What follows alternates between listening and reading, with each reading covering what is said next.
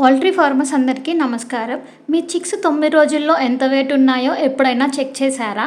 చాలామంది ఫార్మర్స్‌కి తెలియదు. ఫస్ట్ 10 డేస్‌లోనే ఫ్యూచర్ గ్రోత్ డిసైడ్ అవుతుంది అని.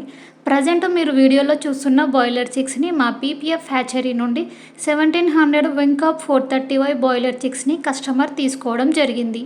ప్రజెంట్ వాటి ఏజ్ 9 డేస్. ఈ 9 డేస్‌లో చిక్స్ అయితే మంచి గ్రోత్ వచ్చాయనే చెప్పవచ్చు.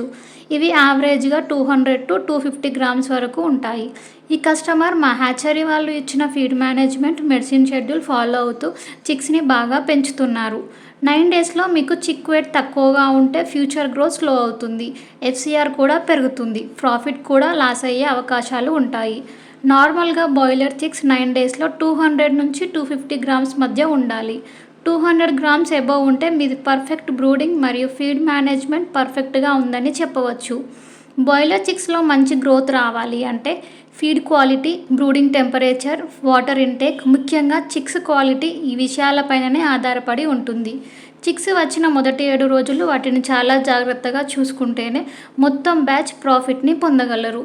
మీలో ఎవరికైనా healthy and quality Vencobb 430Y broiler chicks కావాలి అంటే వెంటనే మా పీపీఎఫ్ హ్యాచరీని సంప్రదించండి.